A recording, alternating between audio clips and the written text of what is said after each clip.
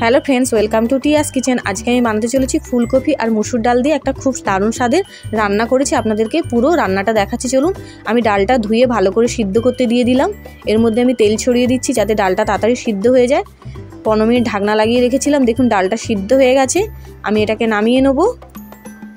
ওই কড়ার মধ্যে তেল দিয়ে দিলাম।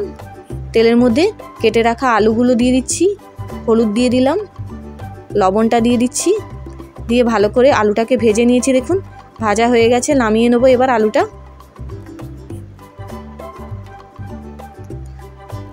ফুলকপিগুলো দিয়ে দিলাম।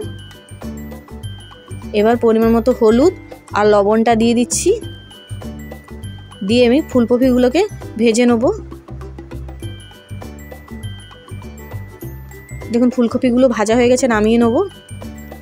ওই তেলের মধ্যে তেজপাতা, শুকনো লঙ্কা, 5 ফোড়ন, পেঁয়াজ কুচি দিয়ে ভালো করে একটু ভেজে নিচ্ছি। দেখুন আদা বাটা, রসুন বাটা দিয়ে ভালো করে মশলাটা কষে নিচ্ছি। এবার জিরে ধনে বাটা,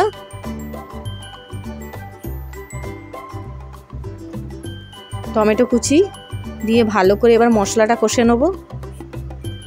পরিমাণ মতো লঙ্কা গুঁড়ো আর হলুদ গুঁড়ো, যেরকম ঝাল খাবেন সেই রকমই লঙ্কা গুঁড়োটা দেবেন।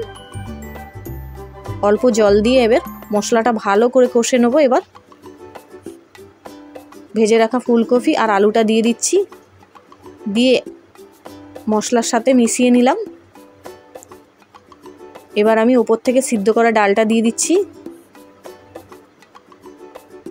আবার এদিক ওদিক নেড়ে ওর মধ্যে জল দিয়ে পরিমাণ মতো লবণটা দিয়ে দিলাম, আর স্বাদ মতো চিনিও দিয়ে দিচ্ছি। ওপর থেকে ধনে পাতা দিয়ে দিচ্ছি। হয়ে গেছে, আর লাস্টে গরম মশলাটা দিয়ে দিলাম। আমার এই ফুলকপির আর ডালের রেসিপিটা যদি ভালো লেগে থাকে, আমার চ্যানেলটাকে লাইক আর সাবস্ক্রাইব করে পাশে থাকা বেল আইকনটা টিপে কমেন্ট করে দেবেন কেমন হয়েছে এই রান্নাটা।